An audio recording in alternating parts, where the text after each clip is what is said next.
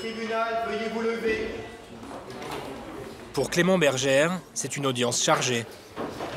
Bonjour à tous, l'audience est ouverte, vous pouvez vous asseoir. 3 heures pour examiner une quarantaine de dossiers. Merci, monsieur l'huissier. Il est président du tribunal d'instance. C'est la justice du quotidien. Bonjour, madame, bonjour, maître. Conflits entre voisins, dettes liées à des crédits à la consommation, mais surtout loyers impayés. Bonjour, maître Bernet. Cette femme ne le verse plus depuis 3 ans. Elle doit plus de 10 000 euros.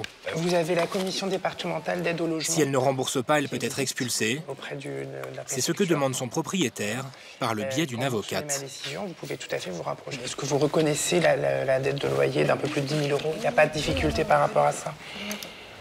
D'accord. Il n'y a pas eu de reprise du paiement ces derniers mois? Non. C'est dû à quoi J'ai perdu mon travail, ça va faire 3 ans dans 2 jours. Après, je suis tombée malade et puis tout s'est enchaîné. D'accord. Bon. Est-ce qu'il y a une perspective que vous puissiez repayer ce loyer ou est-ce que... J'aimerais bien, oui, je peux essayer de mettre en place un échéancier. Un échéancier, ça veut dire qu'il va falloir déjà s'engager à payer le loyer tous les mois. Oui. Et il va falloir payer en plus une somme, en plus déjà du loyer. Donc, La locataire aurait alors 3 ans maximum pour régler ses dettes. 607 € le loyer courant, plus 285,76 par mois. C'est ce qu'il faudrait tenir. Ah, d'accord. Ça fait 892,91 par mois. D'accord, donc je touche 680 € par mois. Bon, bah écoutez. Vous avez une enquête sociale, donc j'ai des éléments sur votre personnalité puis votre famille. Ça, il n'y a pas de souci. Alors, ma décision sera rendue le 26 décembre 2014. C'est pas la peine de revenir, vous la recevrez par la poste. Merci, maître Bernet. Au revoir, madame. Même si la décision est mise en délibéré, le juge sait déjà qu'il n'aura pas le choix. La locataire est incapable de payer. Une procédure d'expulsion sera lancée. Clément Bergère découvre les dossiers à l'audience. Vous ne serez pas reconvoqué. Et le rythme est soutenu, rarement plus de 10 minutes par affaire. Ici, un nouveau cas de loyer impayé. La dette est de 408,99 centimes d'euros. Si elle vous paraît peu élevée, c'est parce que le loyer résiduel est de 50 € par mois. 50 €, Ce qui fait quand même c'est ce que la locataire 9 doit mois, payer madame, chaque monsieur le mois, président, de une fois les aides sociales loyer et déduites. de charges impayées. Ça fait 9 mois qu'elle n'y arrive plus, mais cette fois elle a fait une proposition à l'avocat du propriétaire de son appartement. Et elle se propose de régler 50 € en plus de son loyer. Vous pouvez payer donc 100 € par mois, votre loyer courant plus ça des délais de 50 €. Je paye 50 € plus 50 €. Voilà, donc 100 € par mois. J'attire votre attention, madame, sur le fait que si vous ne respectiez pas un mois, soit le délai, l'échéance de plus de 50 €, soit le loyer, oui, mais l'expulsion pourrait être mise en œuvre sans repasser devant moi. D'accord? Merci. Je vous en prie. Au revoir, madame. Merci, maître. Numéro 20. Alors, dossier suivant. Monsieur. Ne l'appelez pas, car monsieur est décédé. La société propriétaire se désiste de l'instance. C'est noté. Alors, dossier numéro 20, monsieur Jérôme Texier contre monsieur et madame Romain. Cette fois, un locataire ici au centre poursuit ses anciens propriétaires pour des problèmes dans son appartement. Bonjour. Bonjour madame. Bonjour monsieur. Ils sont tous venus sans avocat. C'est qu'on est en Le juge tente d'y voir clair. Donc, juste, si vous pouvez rappeler à ce jour, quelles sont vos demandes, d'abord? Les demandes, donc, ça concerne une perte de jouissance locative sur 2 points. Le box, suite à un incendie dans le sous-sol de la résidence du Carmel. D'accord. Et le deuxième point, c'est un préjudice pour un carrelage qui s'est soulevé et disloqué. D'accord. Vous formez une demande à quelle hauteur, monsieur? Donc moi, ma demande, elle était de 1477 €, dommages et intérêts inclus. Mais les propriétaires se défendent. Ils font remarquer au juge que la demande de dédommagement de leur locataire prend en compte un prétendu stress, ainsi que le temps perdu qu'il aurait passé à travailler sur le dossier. Pour eux, c'est n'importe quoi. Du coup, ils lui réclament eux aussi de l'argent. Nous estimons un préjudice que nous avons ciblé à 2 915 €. 2 915 €. Bien, je vous remercie pour ces observations. Oh, je pense que ça va aller là, monsieur Texier. Les deux parties ne sont pas venues les mains vides. Le juge se retrouve avec de multiples documents qu'il va devoir prendre le temps d'étudier pour rendre sa décision. Au revoir, messieurs, dames. Merci, au revoir, monsieur le juge, au revoir, messieurs, dames. L'audience est levée. Pour Clément Bergère, la journée n'est pas terminée. Ses dossiers sous le bras, c'est chez lui qu'il va s'attaquer à la partie la plus difficile. Rendre la justice. Il a 27 ans. Il est sorti major de sa promotion de l'École nationale de la magistrature. Il avait donc le privilège de choisir un poste parmi la centaine de possibilités offertes. Substitut du procureur, juge d'instruction. Il a voulu devenir juge d'instance à Fontainebleau. C'était il y a 2 ans.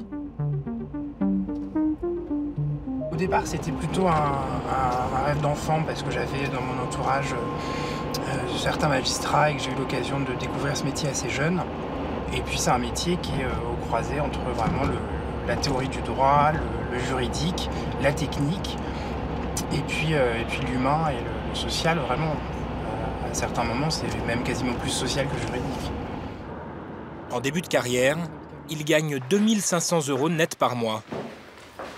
Un peu comme un enseignant qui corrige les copies de ses élèves, c'est dans son salon que Clément Bergère se met au travail. Il sait que ses décisions peuvent avoir des conséquences très lourdes sur la vie de ceux qu'il n'a que brièvement croisés à l'audience. Il tente maintenant de démêler le vrai du faux dans l'embrouille entre le locataire et ses propriétaires. L'affaire du box et de la cuisine. Ah ben voilà. Il y a des factures, des photos au dossier. Il y a effectivement manifestement un problème dans la pose du carrelage qui est en train de se décoller. Pour autant, ça ne prouve pas qu'il n'a pas pu utiliser sa maison ou la cuisine parce qu'il y avait un décollement des tomates. Hein. Mais moi, je ne sais pas du tout à quoi ça correspond. Pour le juge, ces photos ne sont pas des preuves car elles n'ont pas été prises par un huissier. Il n'y a ni lieu, ni date. Dans son jugement, il condamnera finalement les deux parties. Après calcul des différents dommages et intérêts, c'est le locataire qui recevra de ses propriétaires la somme de 25 €. Pour le magistrat, l'affaire n'aurait jamais dû arriver en justice. À l'instance, on n'a pas de filtre.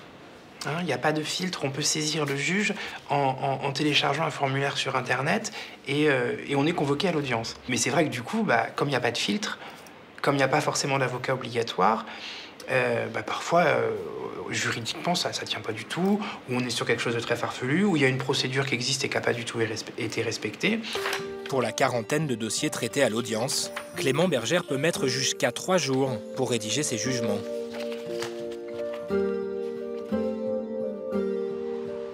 Une fois par semaine, le juge reçoit dans l'intimité de son bureau. Cette fois sans robe, en tant que juge d'instance, il s'occupe des procédures de tutelle, une mesure judiciaire destinée à protéger une personne majeure ainsi que son patrimoine, lorsqu'elle n'est plus en état de le faire seule. Installez-vous, s'il vous plaît, je vous en prie. Cette femme s'inquiète pour sa mère. Elle voudrait qu'elle soit placée sous tutelle. Vous êtes le juge? C'est bien ça. Ouais. Alors, donc j'ai un certificat médical au dossier qui indique effectivement que y a une perte d'autonomie qui est importante, que le maintien à domicile est quand même assez compliqué. Elle est à l'hôpital de Meaux et il est totalement impossible qu'elle rentre chez elle.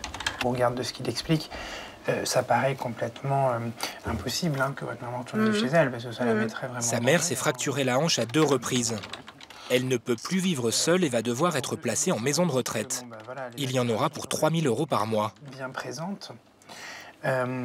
Et je voulais savoir, donc ma mère occupait une maison dont elle était propriétaire, enfin usufruitière. Et moi, en fait, je pense que cette maison, c'est pour ça aussi que je demande la tutelle, parce que je pense que cette maison va devoir être vendue pour pouvoir payer la maison de retraite. C'est sûr que c'est pas un passage facile, on est bien d'accord. Sa mère vit seule depuis le décès de son mari. Fragilisée, elle serait même devenue la proie d'escrocs. Ma mère a subi des abus de faiblesse. Et donc, d'ailleurs, je voulais vous en parler. J'ai déposé plainte parce qu'elle a été délestée d'une partie de ses économies. Et ben, cet argent-là qui lui a été extorqué pour faire nettoyer la toiture, pour faire passer le Karcher sur les façades, isoler des choses qui n'avaient pas besoin d'être isolées. En fait, elle a perdu 33 000 €. Et le juge Bergère entendra d'autres proches de la famille, puis ordonnera la tutelle. Dorénavant, la fille pourra aider sa mère et contrôler ses dépenses. Sa plainte pour abus de faiblesse est entre les mains du procureur de la République. Au revoir, madame. Passez une bonne journée. Le juge accompagne 654 dossiers, car une fois la tutelle ordonnée, il doit aussi autoriser les dépenses les plus importantes. Cette femme gère depuis 12 ans l'argent versé par les assurances à son fils accidenté. Je suis la tutelle de mon fils, qui va avoir 30 ans au mois de février, qui a été victime d'un très grave accident de la route il y a 13 ans. Qui le rend complètement handicapé, dépendant de tout et de tout le monde. Donc comme ça s'est passé, ce n'est qu'en France, mais à partir de 18 ans, il faut gérer les biens et le porte-monnaie et tout ce qui va avec. Donc je suis sa maman et je trouvais tout à fait normal que ce soit moi qui soit sa tutelle. Bonjour madame. Elle demande aujourd'hui l'autorisation de prélever sur les comptes de son fils la somme de 120 000 €. Elle veut faire construire une piscine adaptée à son handicap. Il ne marche pas, ne parle pas. L'eau est un de ses seuls plaisirs et les voyages à la plage une vraie galère. Donc il n'y a pas de difficulté. On monte dans le camion, on le descend. Là, on a ce qu'il appelle un hippocampe. On met son pied dedans, on remet le fauteuil dans le camion, on descend à la plage avec ça. Ensuite, comme il ne peut pas sortir de là-dedans, parce que moi j'ai très peur qu'il me fasse n'importe quoi dans l'eau, je ne sais pas nager. Donc il est dans cet hippocampe pour profiter de la mer, mais il en profite. Si on peut dire qu'il en profite. Pour que les choses soient très claires entre nous, je comprends tout à fait la logique qu'il y a derrière. Ce qui m'embête un petit peu, c'est que il est très jeune.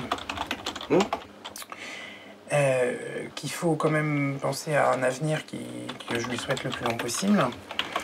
J'ai peur que ça engendre des frais qui ne soient pas indispensables. Ça, c'est pas forcément indispensable, c'est vrai. Son fils dispose de 400 000 € d'épargne. Suite à son accident, son assurance lui verse 1 500 € tous les mois. Mais ce dédommagement est soumis à des conditions. Ils arrêteront de payer si je me sépare de... Si je le mets dans un centre ou quoi que ce soit. Mais ce qui peut arriver un jour. Pas tant que je... Non, mais je veux dire, on s'entend bien, mais je veux dire, vous avez aussi, et je vous le souhaite pas, vraiment pas, mais c'est aussi mon métier d'envisager toutes les hypothèses. Vous êtes aussi susceptible peut-être un jour d'avoir un problème de santé X ou Y. Oui. Vous avez compris, je suis assez frileux par rapport à ce projet. Je trouve qu'on prend un risque qui n'est pas énorme, hein, je suis bien d'accord, mais qui, moi, me paraît... voilà, je trouve que les avantages ne couvrent pas le risque qui pourrait en ressortir. La mère et son fils devront attendre pour la piscine. S'ils refusent pour le moment, le juge propose cependant à la tutrice d'épargner sur un nouveau compte la somme nécessaire et de reprendre rendez-vous lorsque l'argent sera réuni. En France, près d'1 million de personnes fait l'objet d'une mesure de tutelle, un chiffre en augmentation constante.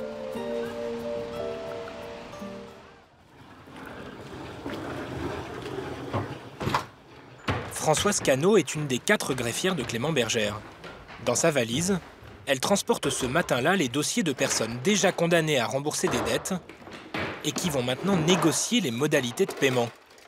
Ça se passe ici, en chambre du conseil, une fois par mois. Alors, au début, c'est les études à 9 h et il y a d'autres études à 10 h. Voilà. On a quand même 44 dossiers à passer à l'audience. Souvent, le juge se met ici. L'huissier audiencier là. Ici, moi, je suis en qualité de greffier ici.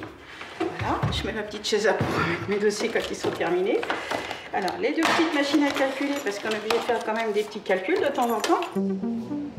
Les justiciables qui s'apprêtent à affronter les calculatrices de la greffière risquent gros, car l'argent va être directement prélevé sur leurs revenus.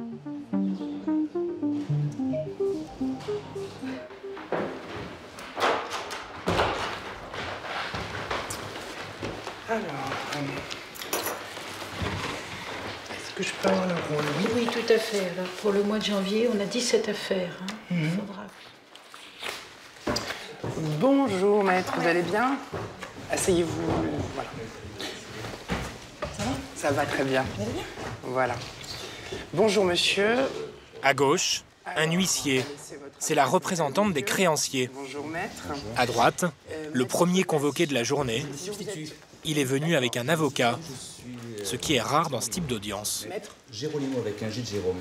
Donc on va être uniquement sur essayer de rechercher une conciliation pour éventuellement un accord amiable, donc pour les 9 000 € à peu près qui restent dus, étant précisé que c'est seulement en cas d'échec d'un accord amiable qu'on envisagera une saisie sur rémunération. L'homme doit 9 000 € à sa banque, car il s'était porté caution pour son entreprise qui a fait faillite. Il a depuis retrouvé un emploi et propose aujourd'hui de rembourser 50 € par mois. On ne peut pas aller au-delà et regarder qu'est-ce que je vous communiquerai. Vos revenus, monsieur, s'élèvent à combien? Alors en fait, mon revenu net imposable s'élève à 1 500 €. 1 500 €. D'accord. Vous avez des personnes à charge, monsieur? J'ai 2 enfants à charge. Qui ont quel âge? Un enfant qui a 24 ans, qui est étudiant en Allemagne. Oui. Et un qui a 17 ans, en terminale, et qui, normalement, devrait faire des études supérieures. On lui souhaite, en tout cas, l'année prochaine. Maître Caravella, sur la proposition de 50 €. Donc moi, suite à l'audience du mois de novembre, j'ai interrogé l'avocat, et qui n'est pas du tout d'accord sur la proposition. D'accord. Il me dit que la proposition est dépourvue de sérieux et qu'il souhaite qu'on fasse la saisie. D'accord. La quotité saisissable est de combien? 213,56. C'est la somme maximum qu'on peut lui saisir, calculée en fonction d'un barème qui prend en compte le salaire net et les enfants à charge de la personne. On parle uniquement par rapport à son salaire, mais il y a effectivement d'autres charges, des charges qui j'en justifie. Vous verrez également que les relevés bancaires, tous les mois, il est à découvert. Donc, c'est-à-dire que quand bien même vous allez saisir 216 €, il ne pourra pas les régler. Si je peux me permettre, en fait, mon employeur a déménagé à Bourges. Étant bien évidemment, à 59 ans, je l'ai suivi, pas être au chômage. Et il va falloir que je me loge à Bourges. Donc même chez l'habitant... oui, je me rappelle que vous m'avez parlé. Ça va me coûter 150 € par mois. Ma voiture a 17 ans, il va falloir que je la change. Vous m'aviez dit la dernière fois. Voilà. Néanmoins, voilà, en l'absence de conciliation, on constate que... il n'y a pas de contestation sur la dette et que la saisie est ordonnée pour le montant de 9 003,60 €. La représentante de la banque ne veut pas négocier. Le juge n'a donc pas le choix. Il ordonne la saisie sur salaire pour un montant de 213 € chaque mois. Voilà, bon retour à Melun et puis au revoir, monsieur. Une vingtaine de dossiers à examiner ce matin-là. Les huissiers représentant les créanciers se succèdent. Installez-vous, je vous en prie. Je vous laisse juste fermer la porte maintenant. Ouais. Merci. Souci, j'ai une dame avec un bébé. Bon, bah écoutez, allons-y. Bonjour madame. Bonjour. Alors, voilà.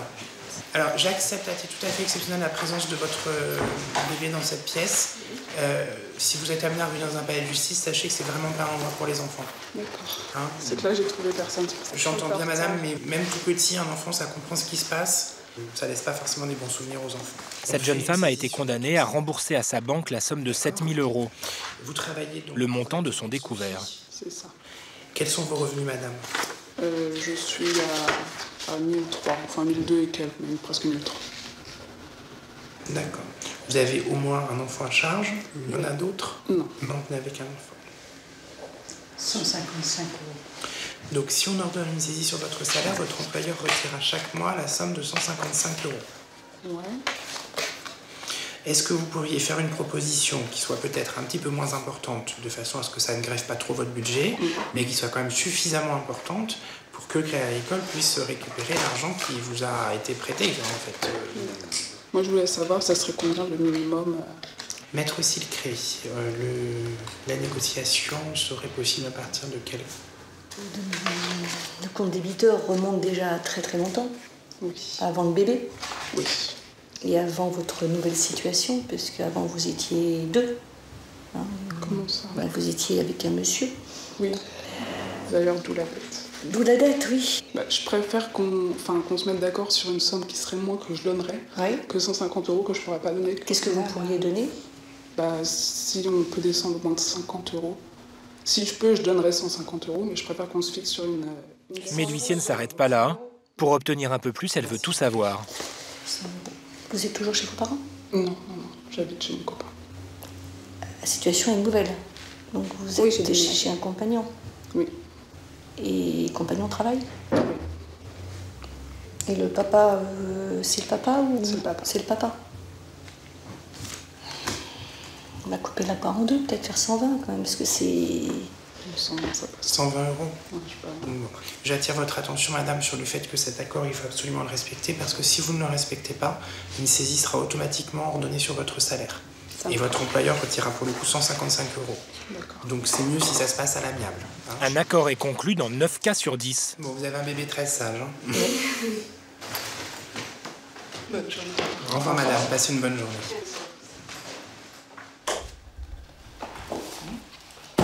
Mais un débiteur sur 3 ne vient pas. Et alors là, la sanction est automatique. La saisie est ordonnée pour la somme de 613,66 €. La dette sera remboursée chaque mois, selon le maximum légal prévu par le barème. 15 382,62 €.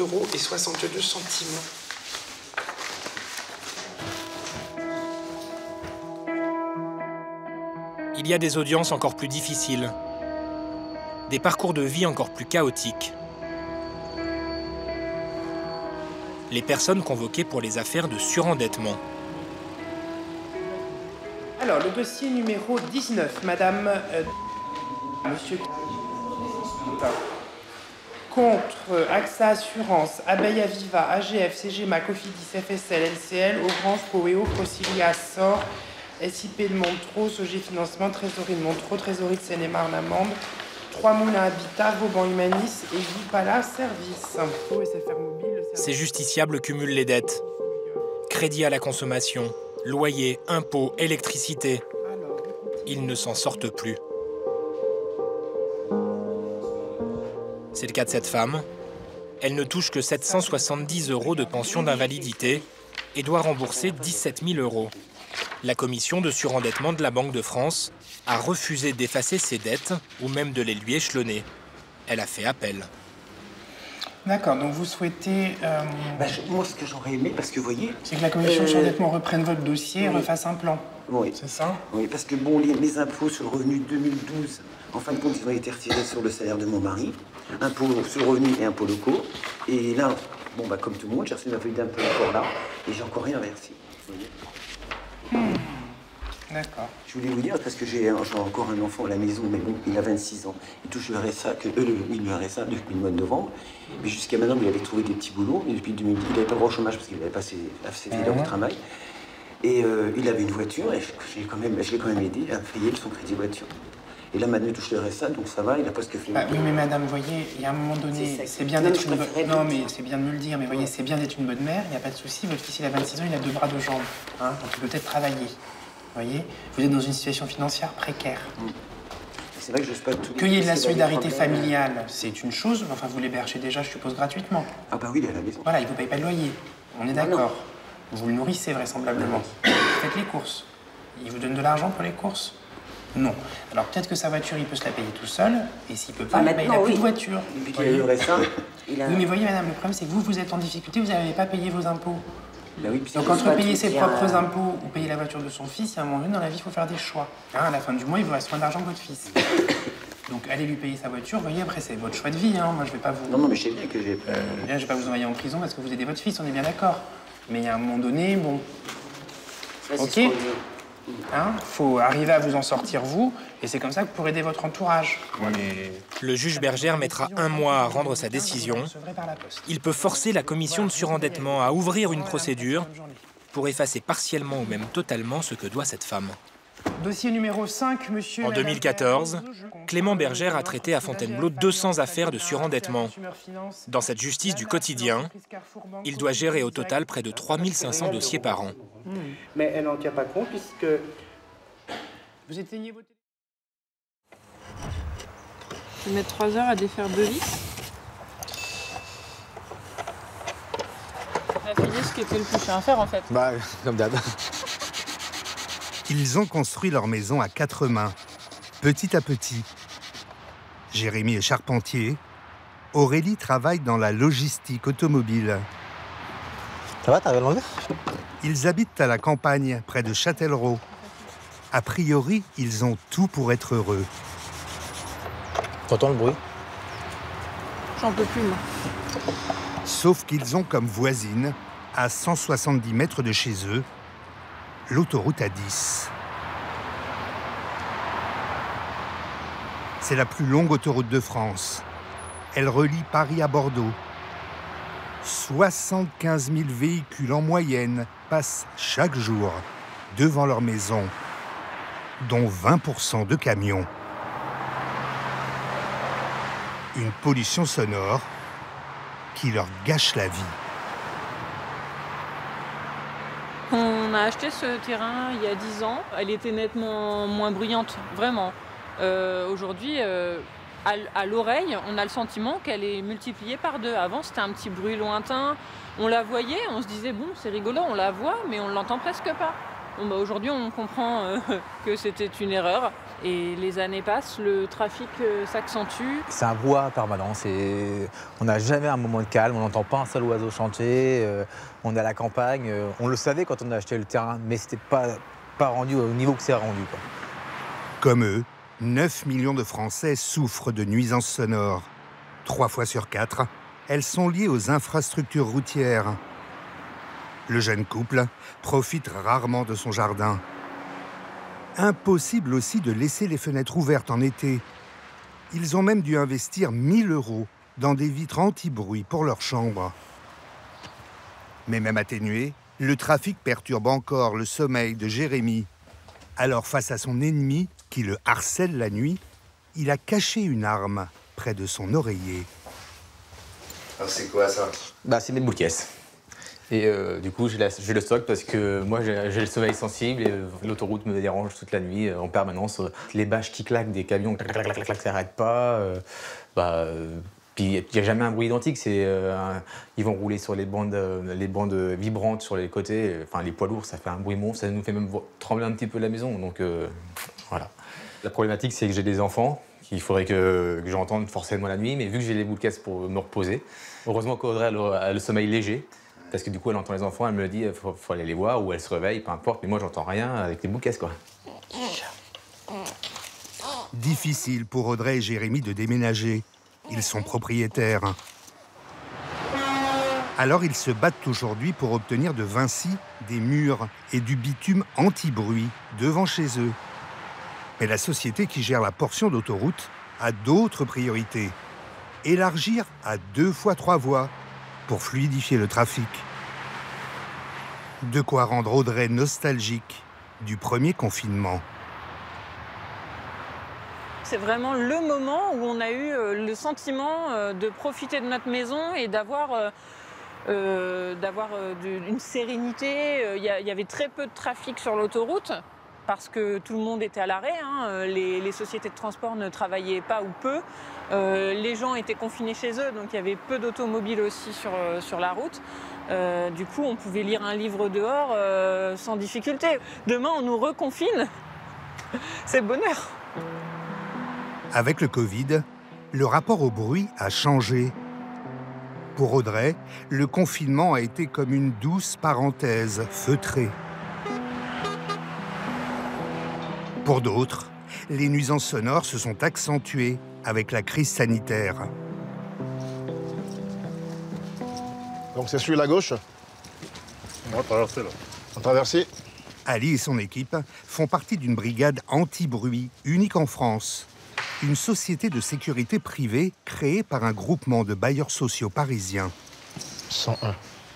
Ali possède les digicodes des 1500 résidences HLM qu'il surveille la nuit. Cellule, 2e étage.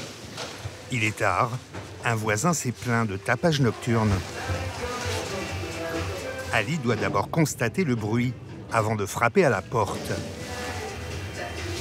Avec le Covid, les boîtes de nuit sont fermées, mais certains semblent avoir trouvé un autre endroit pour faire la fête. Bonsoir monsieur, faut-je parler au locataire s'il vous plaît? Pardon? Le locataire c'est vous? Oui, pourquoi? Vos parents sont là? Non, ils sont pas là, ils sont en déplacement. Ok. Là, on a constaté effectivement du bruit et de la musique. Je peux comprendre que c'est le week-end, c'est vrai. Donc on vous demande gentiment de baisser la musique. Ok. Ah, très fort. Je comprends que vous êtes des jeunes. On peut faire la fête samedi, mais pensez au voisinage. Parce qu'il y a des personnes qui travaillent demain. Je compte sur vous. Oui. Merci à vous. Vous connaissez la réglementation par rapport au bruit Oui, on connaît. On n'a plus le droit de faire de musique à partir de 22h. Et là, il est quelle heure? Je crois qu'il est 1h, un truc comme ça, à minuit. On peut comprendre que vous êtes des jeunes, mais dès l'instant où la nuisance, elle gêne un voisinage, ça peut être de jour comme de nuit.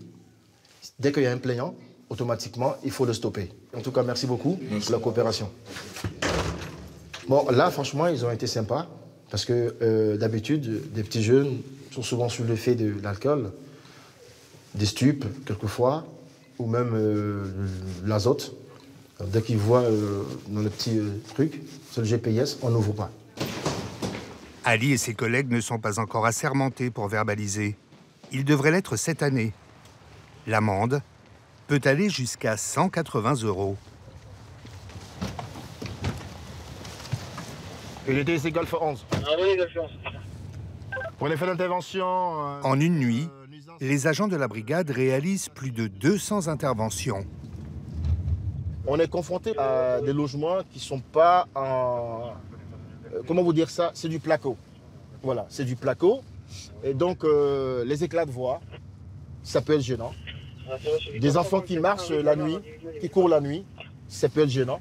Des gens qui s'amusent à percer un mur la nuit, ça arrive fréquemment. Ali est relié en permanence au QG de la brigade. Position Port de Charenton en équipe. Au niveau du 295 rue de Charenton, on a eu plusieurs appels du requérant. Dans un lieu tenu secret, 3 agents reçoivent toute la nuit les plaintes des riverains. Bonsoir madame, dites-moi. Oui, bonsoir. Du coup, en fait, j'ai le voisin que depuis 18h, il met de la musique. Il met fort, il coupe, il remet fort, il coupe, il fait que ça en fait. Il met des haut-parleurs, enfin bon, il crie, enfin bon, c'est terrible. D'accord, je fais le nécessaire. Les appels sont anonymes, 40 000 en moyenne par an. Les opérateurs doivent faire patienter des voisins à bout jusqu'à l'arrivée de la brigade. D'accord. Ils sont où là? Ils sont rue de Charenton, je vous attends au 2e étage là. D'accord, les collègues ils arrivent.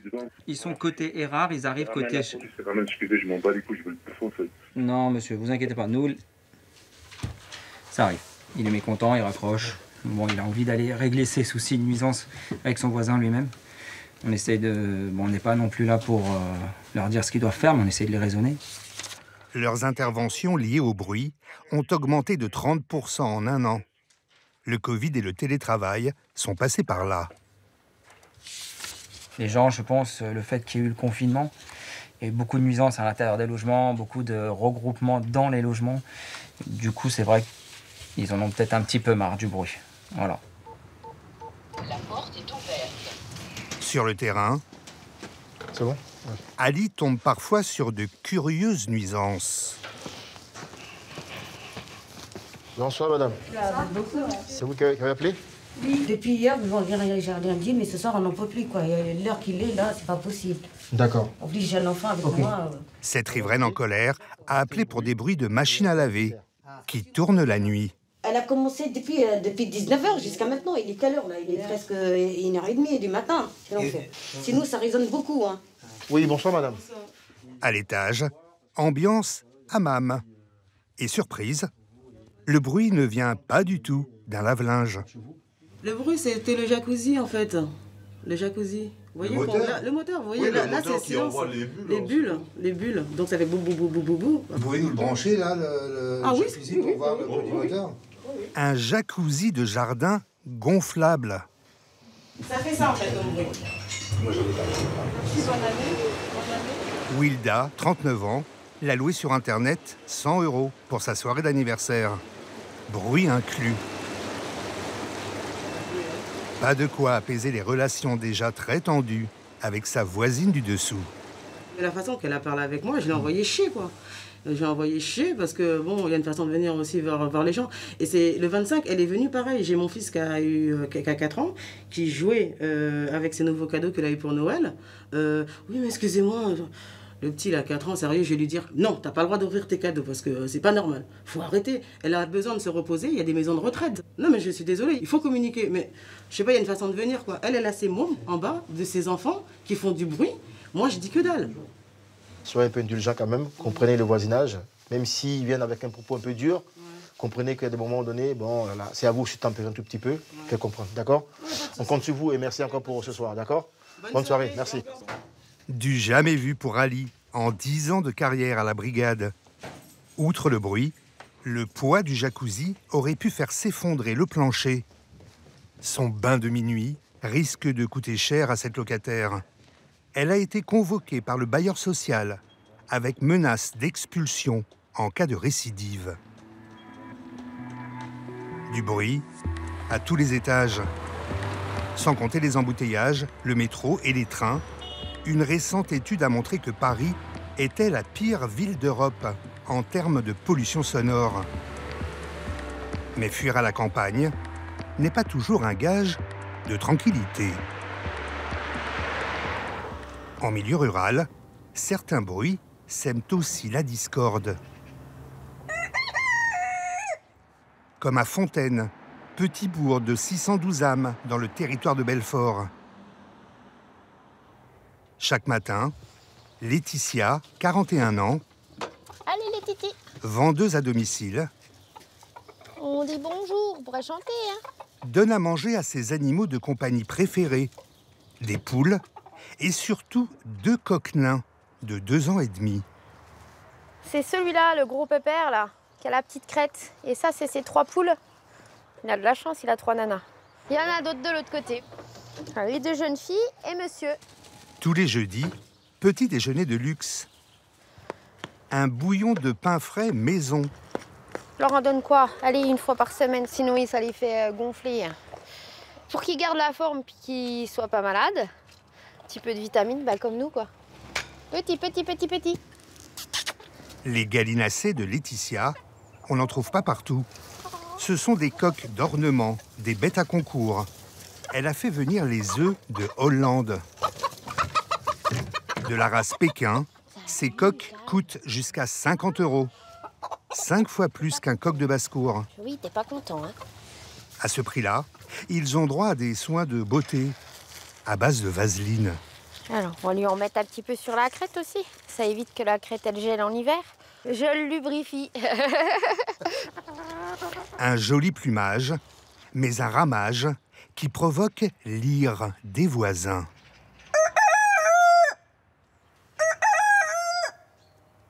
Bah, apparemment, il chante de trop. Enfin, je dis apparemment, hein, parce que moi, perso, ça m'empêche pas de vivre et de dormir. Ça gêne qui? Ça gêne 4 voisins. Ici et ici. Et cette maison aussi. Qu'est-ce qu'on reproche aux coqs? Eh ben, qu'ils font du bruit. Ça, jour et nuit, que ça les empêche de vivre, de dormir, de... Voilà, quoi. Juste en face, une nationale très fréquentée. Que Laetitia juge bien plus bruyante que ces 2 coqs. Moi, perso, c'est plus les voitures qui me dérangeraient. Hein. Regardez, voilà, ça y est, c'est fini. Vous les avez entendus quoi? Allez, 20 minutes. Tu veux pas ton Nutella? Alors, bois ton lait. Laetitia s'est installée à Fontaine il y a 3 ans, avec ses 4 enfants et son nouveau mari, Olivier, ouvrier spécialisé. Cette affaire de coq pourrait prêter à sourire. Mais les tensions avec les voisins se sont envenimées au fil des mois. Échanges de noms d'oiseaux, menaces, le tout devant les enfants. Les voisins, l'autre fois, ils voulaient les tuer. Ah bon? La dame, elle avait dit grosse vache à ma maman. Et ça, c'était pas bien. Ça les perturbe parce que quand la première menace qu'il y a eu, c'était en présence de mon époux et des 2 filles, comme quoi ils allaient brûler et cramer les poules, quoi. Le couple a même reçu des lettres anonymes, des extraits de textes de loi sur le bruit, et même une photo de Fouine, prédateur connu des volailles. Je suis écurée. Ils se sont tous liés, en fait, contre nous. C'est pas une personne. C'est une personne qui a été voir une autre, et puis qui a été voir encore une autre, parce qu'ils se parlent tous entre eux. Du jour au lendemain, ça a dérapé avec d'autres voisins. On s'est sentis trahis. La veille, on donnait des œufs encore par-dessus la clôture à un des voisins. le voisin le plus remonté sur ses ergots. Ils sont juste en face de ma fenêtre de la salle de séjour. C'est Roland, 78 ans, pépiniériste à la retraite. Ce qui nous gêne dans le champ des coqs, c'est ce bruit répétitif qui n'arrête pas au longueur de journée. Et comme il y en a plusieurs, quand c'est un qui termine, c'est un autre qui commence. Donc il n'y a pas de phase de repos pratiquement, quoi. Ce bruit finit par taper sur les nerfs, quoi, hein, c'est insupportable. Alors qu'est-ce que je fais? J'abandonne mon jardin, je rentre chez moi et je ferme les fenêtres. Bon. En été, quand vous êtes en train de faire un repas comme moi sur la terrasse, un barbecue, et puis que pendant toute l'heure de midi, vous avez ça qui chante, c'est pénible. Bon. Vous, Roland, vous êtes un gars de la terre, de la campagne. Oui. Le chant des coqs, c'est normal. Non, moi, le chant du coq, je l'ai connu depuis ma plus tendre enfance, puisque mes parents étaient travailleurs de la terre, étaient agriculteurs. Par contre, on avait du coq à la ferme qui chantait le matin au lever du jour et au coucher du soleil. Et la journée, le coq de ferme, il est calme plat. Contrairement à ce que dit Roland, et selon les spécialistes, un coq de ferme ne coqueline pas moins qu'un coq d'ornement. Ouvrez là pour voir, peut-être on les entend, est-ce qu'ils chantent là? Bon, je n'ai pas dit qu'ils vont chanter maintenant, mais ça ne chante pas toute la journée quand même, hein, ils ont des phases de repos, parce qu'il faut qu'ils se reposent. 15h30, pas de cocorico à ce moment-là. Mais Roland passe son temps à enregistrer le son des volailles d'en face avec une caméra professionnelle, en mode espionnage.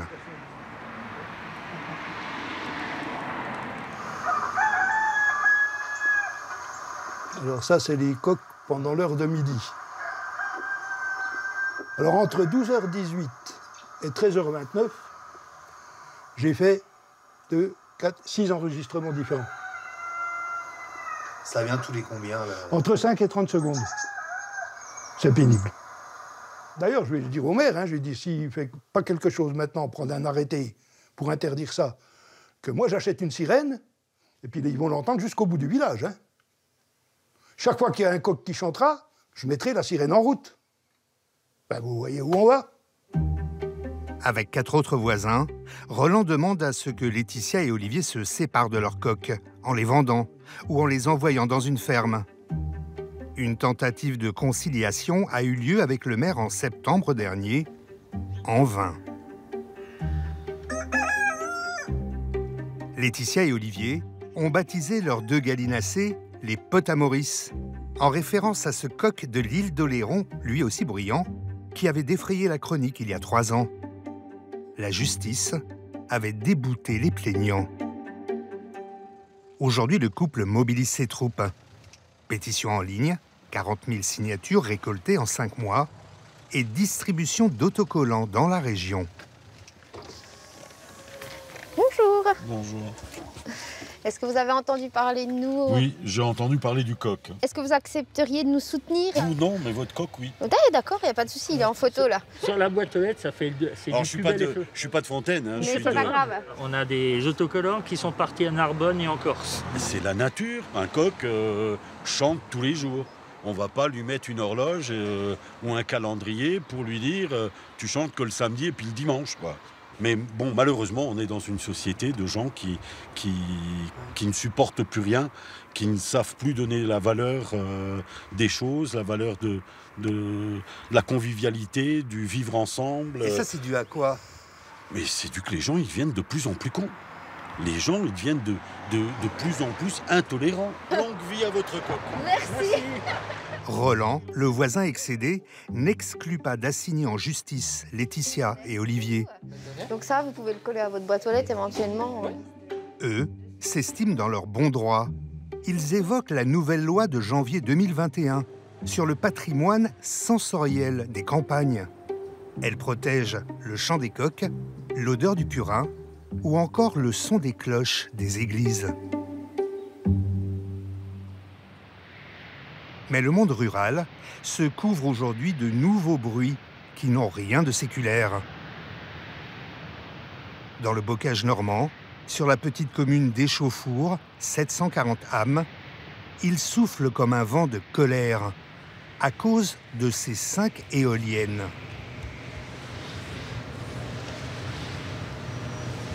Des géantes de 145 mètres, beaucoup plus bruyantes que prévu.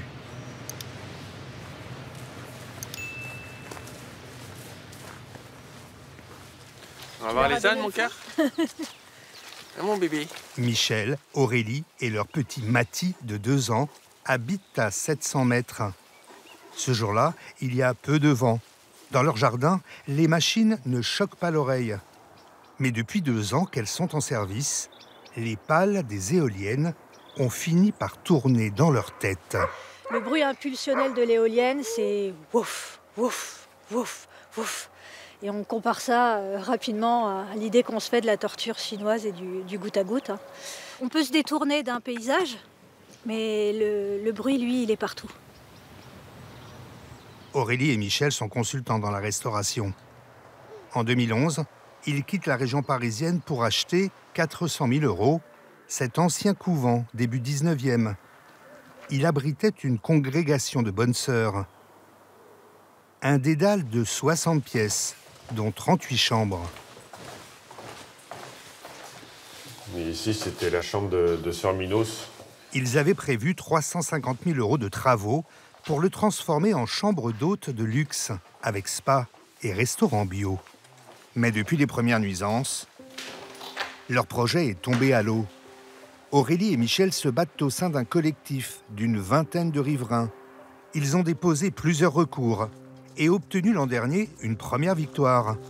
La préfecture a ordonné au promoteur Voltalia l'arrêt temporaire des éoliennes la nuit. Bonjour. Une décision rarissime. Le temps d'effectuer des études de bruit aux abords des machines. Le micro, Ah, on le met de l'autre côté. On va le mettre à l'abri du vent pour qu'on ait un bruit d'éolienne normal, on va dire. Ce jour-là, à la demande de la préfecture, un cabinet d'acousticiens vient poser un sonomètre chez Aurélie et Michel. Mais avec d'autres riverains des Chauffours, ils ont décidé de réaliser leurs propres mesures. Éric Gervais habite à la sortie du village, à 550 mètres des éoliennes. Un Don Quichotte qui se bat contre ces moulins à vent des temps modernes. Là, on a un vent qui est, je dirais, pas trop fort. Quand elle tourne à fond, le bout de la pale va à 300 km/h. Voilà. Ce menuisier de 54 ans a payé 2 000 € de sa poche du matériel professionnel qu'il a installé dans son jardin. Ça, c'est le micro, tout simplement. Là, il y a le petit capteur photovoltaïque pour l'alimenter en courant. Ça permet de pouvoir le laisser... Il a 1 mois d'enregistrement, on peut le laisser pendant 1 mois et relever les données au bout d'1 mois. Éric ne se contente pas d'enregistrer le son des éoliennes. Il mesure aussi la vitesse du vent et filme les machines 24 heures sur 24 pour mettre en relation vitesse de rotation et intensité du bruit. Bon, bah c'est bien, on a eu beaucoup de bruit là ces derniers jours quand même. Hein. Ouais. Bah oui, là je pense qu'on va avoir des courbes intéressantes. Hein. Fabien Ferreri est à la tête du collectif de riverains. Il regrette que les éoliennes soient sorties du Code de la santé publique en 2011 pour favoriser l'énergie verte. En clair, elles peuvent faire plus de bruit. Le seuil de niveau sonore acceptable est passé de 30 à 35 décibels. Sur cette courbe, par exemple, là, c'est le 1er janvier 2022 pour la bonne année. Il démarre à 7 heures les éoliennes et on arrive à 42 décibels. Là, ils ne sont pas dans la réglementation du tout. Éric et Fabien souhaitent l'arrêt définitif des éoliennes la nuit et surtout que leur rendement soit bridé pour ne jamais dépasser les 35 décibels. Aurélie et Michel, eux, songent à revendre l'ancien couvent pour compenser un peu leurs rêves brisés. Ils ont fait estimer le bien par un notaire. Il leur a dit qu'à cause du bruit des éoliennes, il était invendable. Dans l'absolu, vous savez à quoi je crois encore, c'est qu'il les démonte, voilà, qu'il les enlève. Il faut qu'il les enlève. C'est nécessaire. Il ne faut pas qu'on reste comme ça. Sauf que la tendance actuelle est plutôt d'en construire d'autres. Une éolienne comme celle-ci peut fournir 2000 personnes en électricité toute l'année. Aujourd'hui, la France compte 8000 éoliennes. L'État veut doubler leur capacité d'ici 2050 au nom de la transition énergétique. les opérateurs promettent que les nouvelles seront moins bruyantes.